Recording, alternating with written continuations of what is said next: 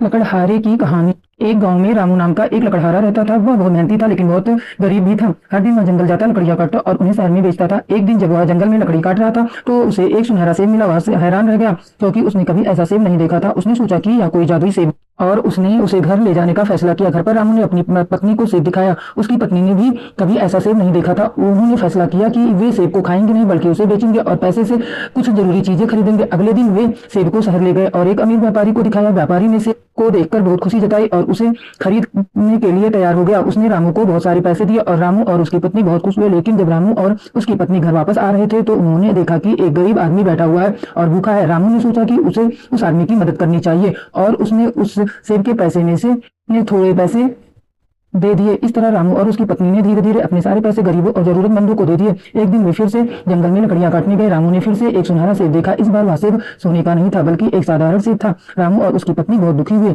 लेकिन फिर उन्होंने सोचा कि उन्होंने जो किया वह सही था। उन्होंने सोचा कि जरूरतमंदों की मदद करना ही सबसे बड़ी खुशी है और फिर वे अपने घर वापस चले गए, संतुष्ट और खुश होकर। इस कहानी से हमें यह सीख मिलती है कि जरूरतमंदों की मदद करनी चाहिए और अपने दुख सुख से ज्यादा दूसरों के सुख दुख का ध्यान रखना चाहिए।